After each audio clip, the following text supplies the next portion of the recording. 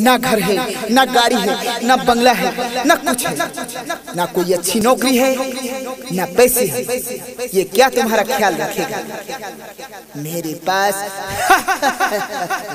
मेरे पास बंगला है, गाड़ी है, ऐसे आराम है। जान मेरी जाने मन बचपन के प्यार हमर भूल नहीं जइहेगे।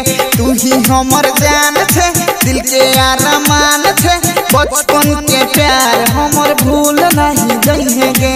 बकवास बंद करो। बचपन का प्यार से मेरा जीवन चल जाएगा? नहीं ना।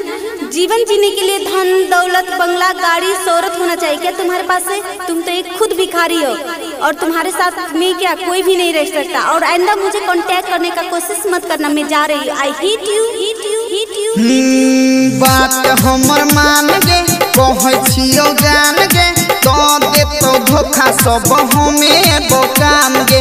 बचपन के प्यार बाबा, बचपन के प्यार हमर बचपन के प्यार जान भूल न तू जइहेगे, भूल न तू जइहेगे।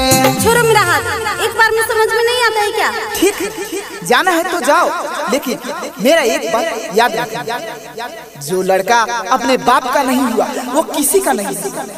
यह वही लड़का है जिसने पैसे के लिए एक लड़की का जिंदगी बर्बाद किया था। कल होके तुम्हारा भी जिंदगी बर्बाद कर सकता है काजल, तुम्हारा भी जिंदगी बर्बाद कर सकता है।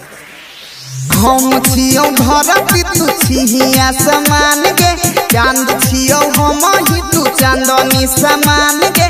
बचपन के प्यार बाबा, बचपन के प्यार हमर बचपन के प्यार जान भूल न तू जइहेगे, भूल न तू जइहेगे। Mix by